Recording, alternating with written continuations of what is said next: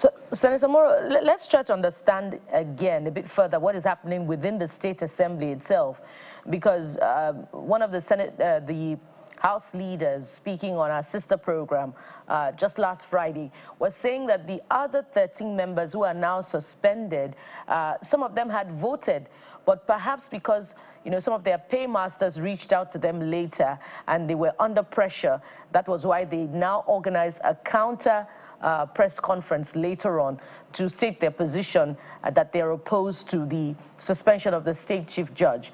What are your thoughts on these seeming political undertone that is coloring the now controversial suspension of the state chief judge? Let me tell you, it's like the kettle calling the pot black. They too, we are under pressure to suspend the state chief judge.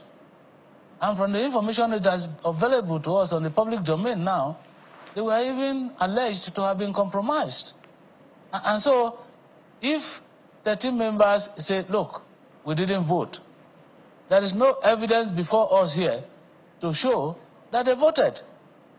The result that we have is simply that they have 23 people who have voted to remove the state chief judge, which is being economical with the truth. Because the truth of the matter, from the information in the public domain, is that on that day, only 31 members were in attendance in the House of Assembly to attend the plenary. And from what is available to us on the public domain now, 13 of them say, no, we didn't vote. They just put our name there. And look, let me tell you, attendance register of members who have come to attend the plenary is not synonymous with voting records.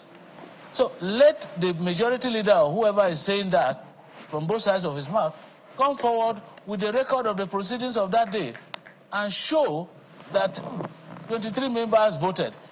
In any case, even if 23 members voted without conceding that, where are the others? What is the record of the others who didn't vote? Where is the record of anybody who abstained? Because ordinarily, the speaker, as the presiding officer, wouldn't vote unless there is a tie. And so, mathematically, if you take away 13 plus the speaker who didn't vote from the people that attended the plenary that day, what do you have? You don't have the number. So, ab initio, that motion had failed.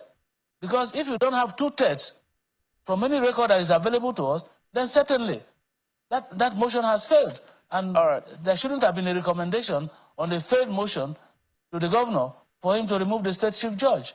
In any case, if you look at section 271, the National Judicial Council recommends the appointment of a chief judge.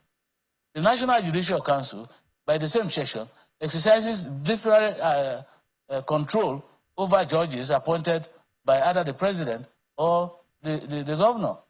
And so in this case, the National Judicial Council was not informed, was not involved, and didn't participate in the process. And so, ab initio, therefore, any action that had been taken on the chief judge on that fateful day certainly is unconstitutional and illegal.